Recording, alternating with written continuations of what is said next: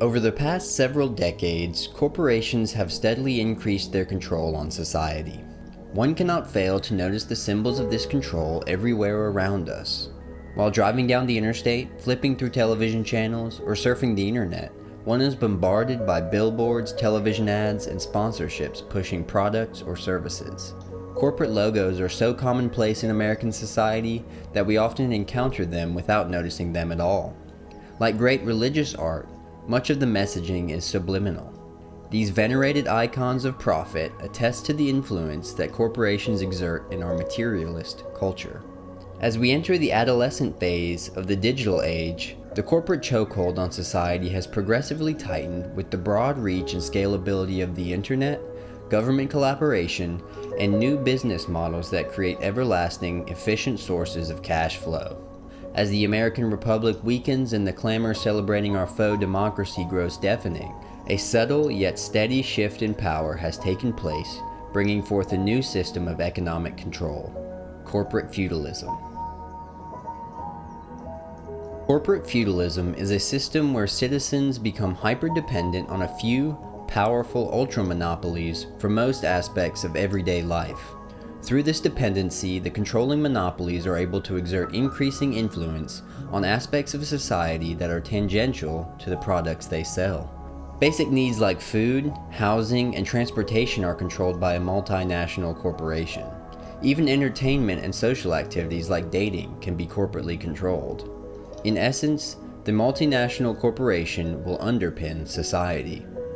Just as in medieval feudalism, a peasant was tied to the land and dependent on a lord for protection, in corporate feudalism, a citizen is largely beholden to a series of corporations for their needs and quality of life.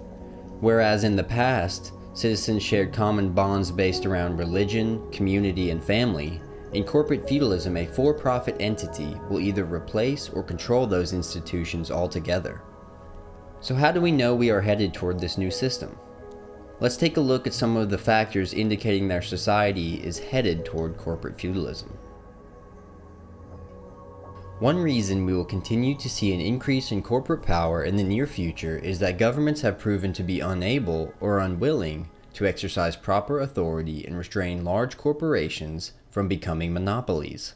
Ideally, the government would break up or place limits on a corporation once it has reached monopoly status in order to create a fair playing field.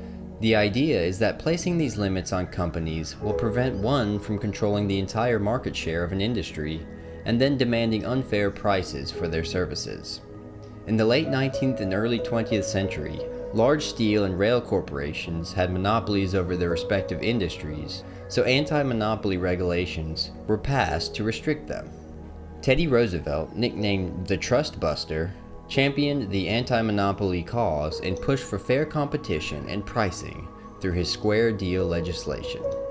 Though I would normally argue for a more hands-off approach toward regulation, I believe we are entering into unprecedented and dangerous territory where a few corporations, namely Amazon and Google, are able to dominate multiple sensitive industries. With over 85% of the market share of internet search engines, Google essentially controls what information the public has access to. In the age of information, this affects anyone with an internet connection. Likewise, Amazon now has over 50% of the market share for e-commerce, another industry whose effects ripple throughout multiple other sectors. Many have called for the internet to be made a public utility so that free speech laws could be properly enforced and social media companies would be bound to the First Amendment rather than the arbitrary rules laid out in Section 230 of the Communications Decency Act. Section 230 gives social media companies free rein to ban users and contour their content while being free of the legal obligations that traditional media companies are bound. Despite the US government's present options, they have shown very little interest in limiting monopolies. In the case of tech companies, they have shown complete ineptitude toward understanding the complex issues and ramifications involved. Not only are legislators apathetic toward corporate overreach, but they actively pass laws to benefit certain companies over others, allowing some to thrive while others fail. One example of corporate favoritism is the recent shutdown in response to the pandemic. Over the past 2 years, federal and state authorities used emergency powers to shut down businesses deemed unessential, while leaving others open. The major retail corporations like Walmart and Target were allowed to stay open, while mom-and-pop small businesses were forced to close for months on end, with many ultimately going out of business forever. An estimated 1/3 of businesses closed down during the pandemic, benefiting larger companies by eliminating their competition. Internet corporations like Amazon, Facebook, Twitter, and Google all had record profits during this time, as entire populations were now almost completely dependent on the internet for basic items and entertainment. For many, the government's unequal policies in reaction to the pandemic pulled back the curtain on our major institutions' priorities, proving that the interests of megacorporations take center stage. Another factor contributing to the march toward corporate feudalism is that corporations are increasingly becoming the administrators and enforcers, or henchmen, of legislative and executive authority. They have begun to fill a role that makes them indispensable to the government. Orders and decrees that the government are prohibited from enacting via the Constitution are simply offshored for the corporations to administer. The recent vaccine or test mandate during the pandemic is a prime example. Although the United States government has no power to order its citizens to submit to a medical procedure, employers are more free to institute these types of mandates on their employees.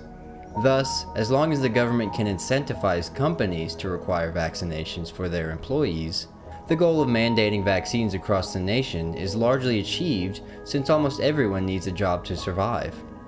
This isn't an argument for or against vaccine mandates. I'm simply pointing out that due to the restrictions placed on the federal government by the Constitution, separate entities have stepped in to do their bidding. Another example of this offshored approach to authoritarianism is social media censorship. Again, the Constitution limits federal powers from restricting free speech. However, private internet websites can limit what goes on their platforms. Given the unique protection provided to them by Section 230, social media companies can ban or limit the reach of users who hold opinions contrary to the quote-unquote correct narrative. Due to the growing relationship between government and corporations, their interests tend to align more often than not. I'm not necessarily claiming that there's direct collusion between corporations and governmental bodies. Perhaps as corporations are left unrestrained by an administration, their interests begin to align with that structure in order to keep the status quo. Regardless of the mechanism, it is increasingly becoming the role of corporations to guide citizens' behavior and police citizens' speech in ways that are beneficial to governing bodies. Within the past several decades, large businesses have made a concerted effort to appear publicly as ethically minded institutions. In addition to the products or services they provide, corporations engage in charity, civic activism, and often outright political campaigning. I'm sure we're all aware of how many companies post pride-themed logos in June, ensuring consumers that they are supportive of the latest social trends. And most people have probably undergone some sort of anti-bias or racial orientation training at work as well. Businesses are becoming involved in their employees' personal beliefs in a way that would have been unthinkable just a few decades ago.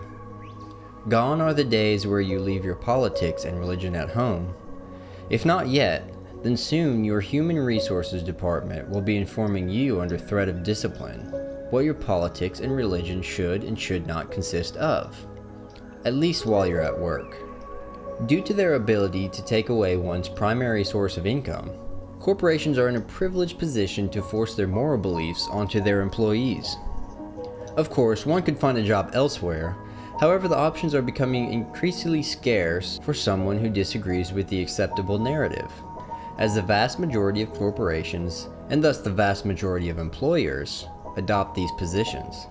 This makes it difficult for one to reasonably participate in society without at least tolerating the viewpoints pushed by the establishment.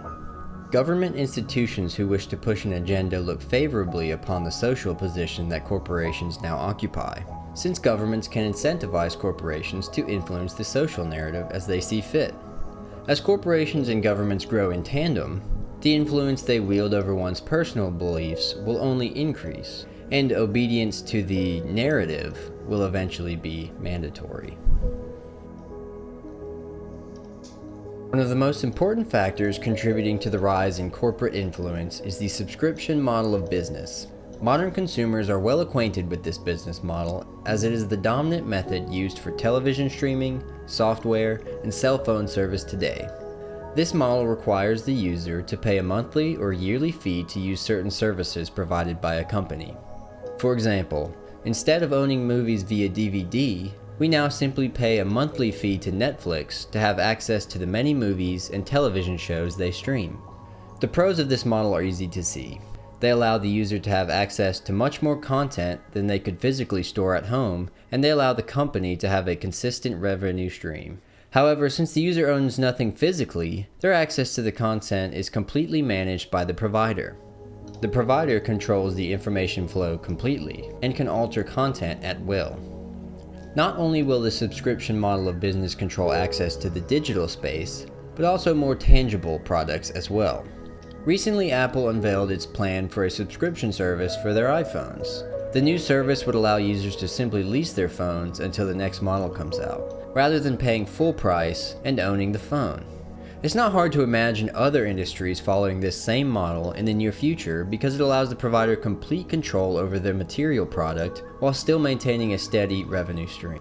The subscription model of business takes ownership from individuals and puts it in the hands of the elite few, allowing a minority of corporate executives to have control over millions or billions of people.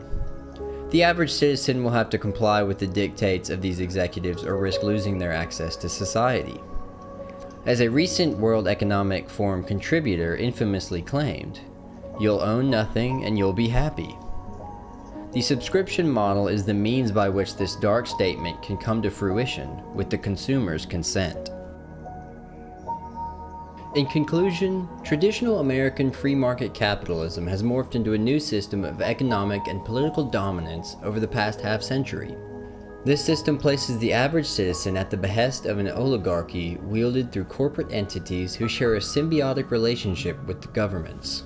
Though the future laid out in this video is bleak, it is certainly not inevitable. There are steps that can be taken to mitigate the effects of this new system on our own lives.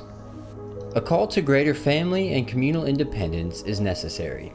Keeping wealth and trust within the circles closest to us will become increasingly important as authoritarians demand more and more of our hard-earned money. Land should be managed within families and passed down rather than siphoned off to the highest bidder. This will ensure that corporate entities are kept at bay from controlling our most important material resource. Business dealings should be kept to those who share your fundamental values, or at least to those whose values are not opposed to yours. What supermarkets we shop at, stores we buy from, and online dealers we purchase goods from should be vetted, rather than blindly consuming the cheapest item. The path forward is surely hard work, and the actions we took for granted in the past will now need to be deliberated upon to repel the creeping control of governments and multinational corporations. This first step is being cognizant of the growing trend, forming communities of like-minded individuals who share freedom-loving values, and making small adjustments in our lifestyle, which will snowball over time. The future belongs to those that deliberately plan it. Gone are the days of mindlessly going about our business, expecting our leaders to have our best interest in mind. We must take a conscious approach to the world we want posterity to inherit. Instead of allowing our leaders to plan our future for us, let's begin planning our own.